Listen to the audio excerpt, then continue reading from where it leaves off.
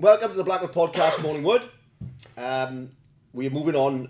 I will say, we have Mike Ruddock booked in for next week. So the build-up for Mike Ruddock, we just thought we'd come back in the club and cover off what's going on with our senior section. Before I do that, I'd like to thank our sponsors, Academy of Talent, Health and Social Care Company in Bedwas. Any information you need, give me a shout. And Bombrugby, find him on Instagram and socials, check out his merchandise. If you want Podway, he'll even do the Podway if you message direct as well. So Lovely. Thank you, Bom. Thank you, Bom.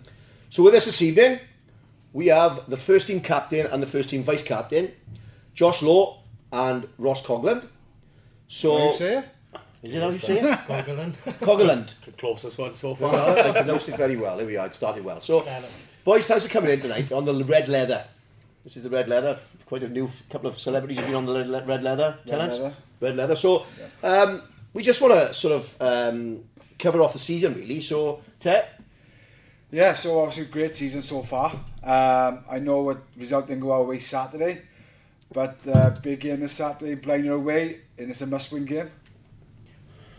Right? Yeah, I think it's like you said, the season so far has been great. I know Saturday the result probably didn't go the way we wanted it to, but to be in a position where we're playing the last game of the season and with the potential to still go up, we've got to be quite happy with that. Well, it's not just this season. The last season and this season, it's been really consistent, good performances. You're not going to get a brilliant performance every game. It's a big ask that, but we are always performing. Most of the time, it's been really good 2 seasons. Yeah, I think it's good. Obviously, Blino was there last year and they're there this year, and we've both kind of like pushed each other, haven't we, really, to get to the top. And obviously, Blino had a good win on Sunday, so obviously, just makes this Saturday like a real sort of spice it up a bit. Like they're going for a double now. Do you know what I mean? Yeah. So they got a role to play for, and we're going for a double league championship, and we got a role to play for. So it's going to be a really good. Yeah, and it's something that's never been done in Blackwood's history. Is 2 back-to-back league wins. So Good to be part of it, isn't it? It's great. Good to be part of it. Let's go back. Let's go back to the start of the season then. I mean, expectations last year, winning that second division, going up, brilliant achievement. I mean, when I kept the club at the beginning of the season, I didn't think that the club would want to push for promotion. But in fairness, the focus was that the mission statement was to get promoted. So, did you expect that, Josh, as a captain, from the squad we've got, to do what we've done to date? Yeah, I think last year to get out of it what we did and come up is a massive achievement. And then I think with the coaches we got, their sort of philosophies, they want to win leagues, they want to keep building. Yeah, they have the belief in us. That's the beauty of it, isn't it? And I think they have. They've installed it within the boys. We sort of started believing in ourselves. And then 5-6 games in, starting to get the results, I think the beliefs did start to think, actually, we can do it this year as well. So it was... Ross, you've been part of the club. Have you been since a kid? Or have you been... No, I started my rugby journey at St Enid, minis and juniors there. First year of youth there, left then to finish my youth days at Bedwas, and then started my senior career at Bedwas seconds, then Sneg and then back up to you. Okay, so you ended up in Blackwood. Bit of a strange... But it's been a long time, Yeah, 2 stints, yeah. So my first stint was when Blackwood just come down from the championship and they were playing in Division 1 for the first time. I think I had 2 seasons here, back to Sneg, and then just before COVID then come back to Blackwood. So how many games have you first team games you played? Do you know? Depends what name they've got me under. They've spelt my name so wrong so many times. Never? Wow. I haven't hit 100 yet, have I? But No, you've got to be... I think I got to Christ, you missed a game, really. I know you've been injured, haven't you? But so great. It's a stalwart. We covered off Josh, his captain, in the previous podcast, that he's captained 4 seasons. Fifth season this year. Yeah. So you break Huber's record if you captain next year. That's the aim. Huber. That's the aim, I think. You had a frustrating start, or Josh? You didn't play the first couple of games, didn't you? Yeah, no. Obviously, went on to highlight the season, winning last year, and then going on tour. Yeah. And obviously tore my bicep and playing in a tour game. But yeah, so. Is that what you did, actually? Yeah. Out on tour. Oh, so 5 games. That must have been painful out in when he was having a drink in between and I think when I was drinking, it went too bad. Yeah, but He was back. And the then, hangover and his recovery in there, but yeah, you've been missed. I think he was missed at the start, but the boys did a tremendous job. So from the beginning, I think it was pre-season. What games did we have pre-season? Was it Newport, Monmouth, wasn't it? Monmouth home. Aberavon, Quins. That was a trip away. Yeah, that was a good result. Yeah, I think that was it, wasn't it? Monmouth. So they started building from there, really, didn't they? I think that the confidence, when I'm saying about the belief in the coaches, I think that instills in the players when they start winning at this pre-season, thinking, right, we know what we can do here, guys. And I think it's changed over here, obviously, throughout the season. I think, how many games did you go unbeaten now? Before Christmas, for instance? Was it just Bidlinog? Yeah, it was Well, Bedlinog. We lost, didn't it? Yeah, Bedlinog we lost. Probably a bit of a wake-up call for us, that was. And then from there, we kind of kicked on. And to be honest, I don't think we really, like, as players, I know the coaches, they believed, we're going to win leagues and that. But as players, I don't think we really started talking about winning a league till after Christmas, like, and we realised we're in a good position, and we can actually kick on and win a double, like. So yeah, it's to only lose 2 games in Division 1 as well with some of the teams in Fantastic. this league, it's great achievement Yeah, that's it. from such a young squad as well. It's brilliant. Obviously, being one of the coaches and a supporter watching on the side is fantastic. And seeing the boys come through is brilliant. And I think, like I said, we talked about last season, the achievement we had last season, but then obviously you go on and do it again this season with a bit of adversity. Like yourself, you were injured, you broke your thumb, so you were out for a few games. We missed Joe was out for a few games, and some other key players have been injured in and out. So we have had quite a plagued injury this season as well, haven't we? But then I think that's credit to running the seconds team as well, because we've had boys that have been able to slot in and gain valuable experience and sort of help the first team out, like, do you know what I mean? So yeah, it's, I think they haven't regular games. If they're not anybody's not involved with the first team, I come in with the Griffins and having regular game time. So when they are asked or called on, or they earn their spot with the first team, then they got rugby minutes in their legs, and they're not coming off a bat. I think sometimes, well, especially for myself, right, through the club when I was a kid, you took it for granted, really. The second team was taken for granted. You said, because it's part of the club, you think, just get on with it. But now, I think after losing it and having it back, I think everybody realises how vital it is to have that second tier of team. Any injuries you push up, and it gives you, it puts pressure on you as well, doesn't it? That's first team players. Like you said, if you have an injury from boys floating in between the Griffins and the first, I think the numbers in training is massive. Yeah. Obviously, having been able to have 2 sides in training allows both you to build and do a lot more with the sessions. I think when we were here a few years ago, we were probably getting 10 training. Yeah. It's not like you can do that. Yeah, this is what I'm saying. This is why perhaps tonight been through thick and thin. Yeah, like I brought you on tonight. I think it's more than just bringing you on just to talk about the season. I think what you've been through makes you a better person. I think Kingsley Jones we had on, and he said he lost so many games one season, and then the season after he learned how to lead. He learned how to lead a side through any sort of like bad, tough games where you're going to lose.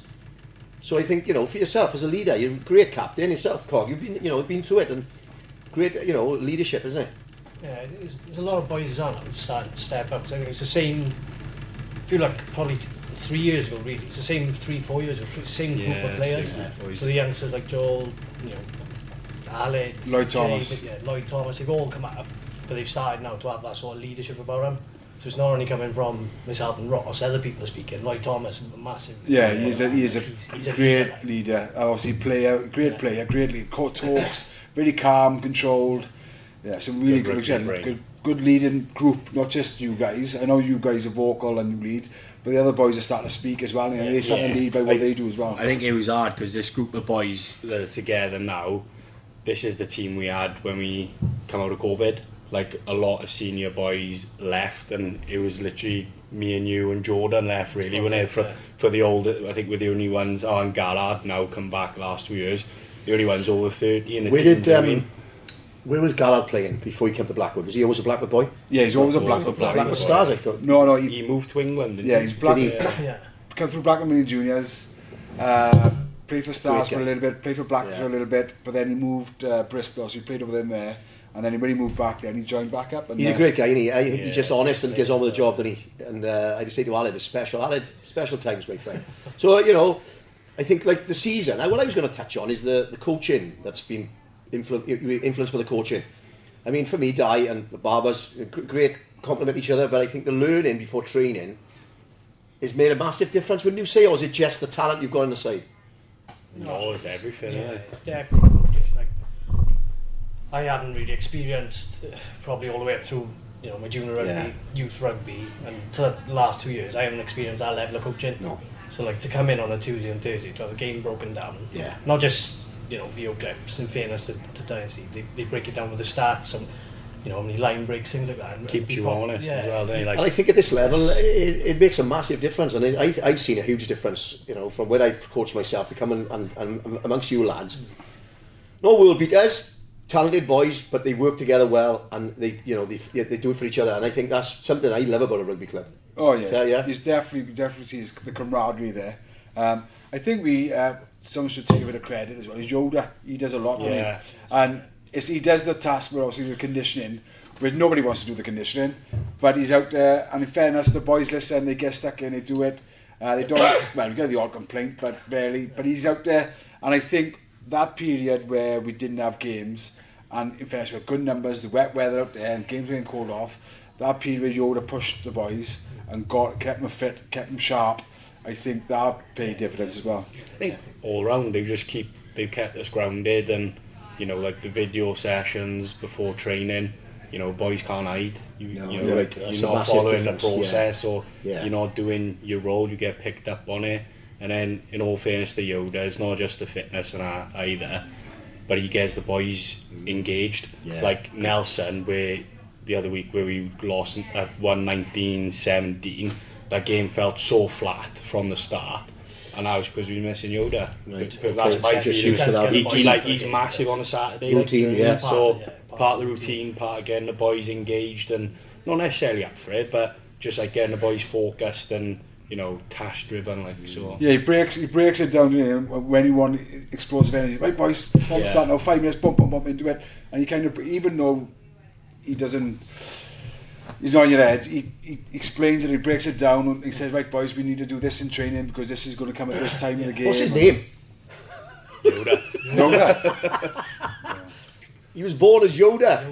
I love that. No, he's a big influence. I was going to ask, boys. Right, we can move on now. Right, okay. So we're going to move on. Best performance of the year. Toughest performance of the year. What's the highest point for you? Best performance was probably Blind at Home. Blind at Home, I think. Yeah, I thought he was Blind at Home, I think. Yeah.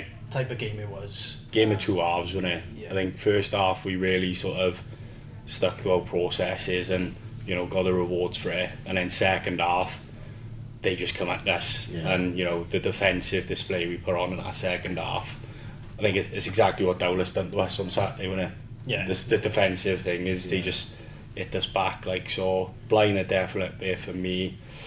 I think they played Bedlinog again after losing to them at home, and the way we lost to them, again, boys were injured at the time, and to win that game at home, that could have easily been a banana. Yeah, I think a lot of games, from my experience, again, coming into the club, something new, you think, it happened on Saturday, Ted, didn't it?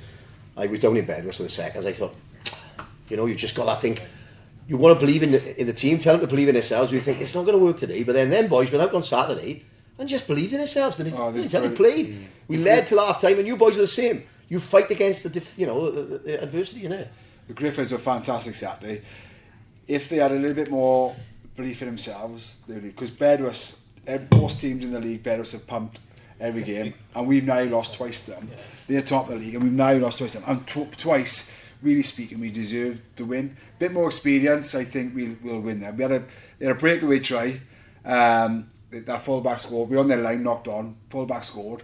And then we had a bit of a purple patch about 15 minutes where we just seemed, I wouldn't say give up, but we didn't have the belief we had before then.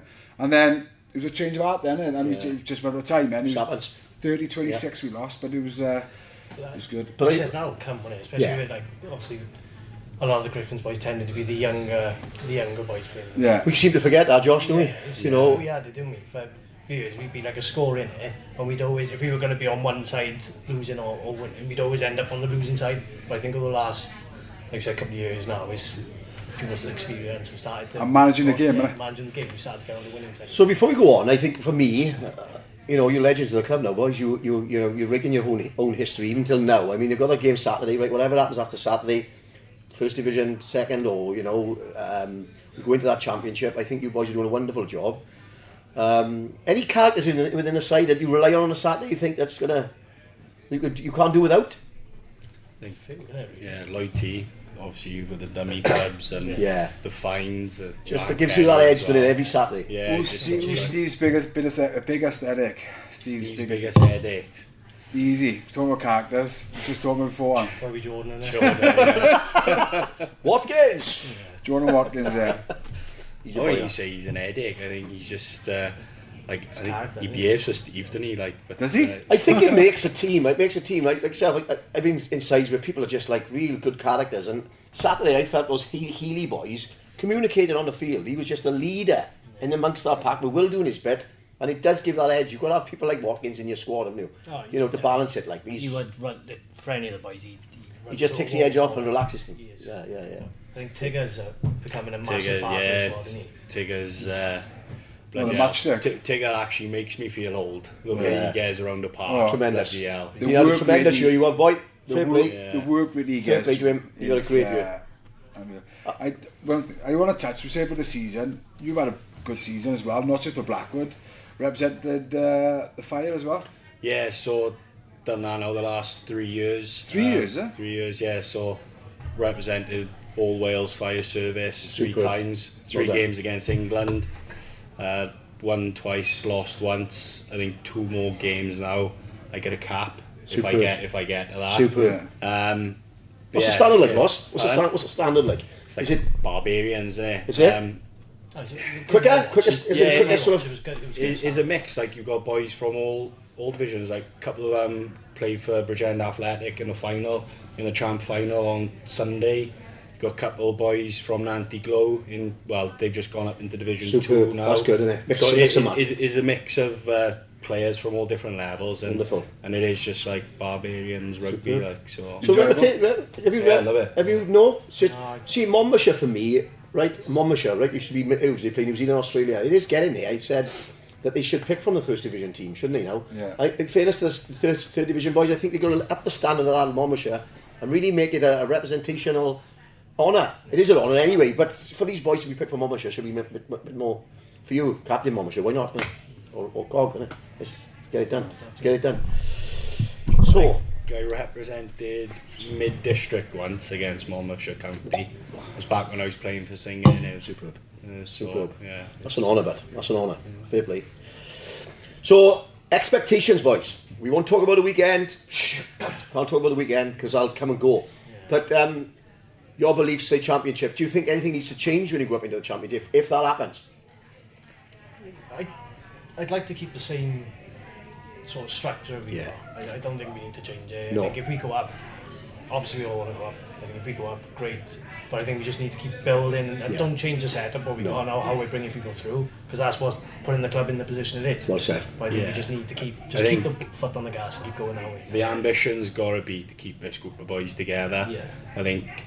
And develop within. Some of them ain't even like 23 yet. Do you know what I mean? They got another 10 years of rugby ahead of them. If you can keep them boys together, and you've got people like Tegwin then coming up from the youth, and I think there's 7 other boys coming up next year. Keegan played for us, he had a storm or something. You know, get these boys involved, and no matter what league you're in next year, whether it's Division 1 or Champ, keep these boys together, and there's no reason why they're not going to get up there. Just keep developing from within like we're doing, and that's what paid dividends, I think. You know, there'd be other winning entices people to come in, so there will be other people from other teams will probably.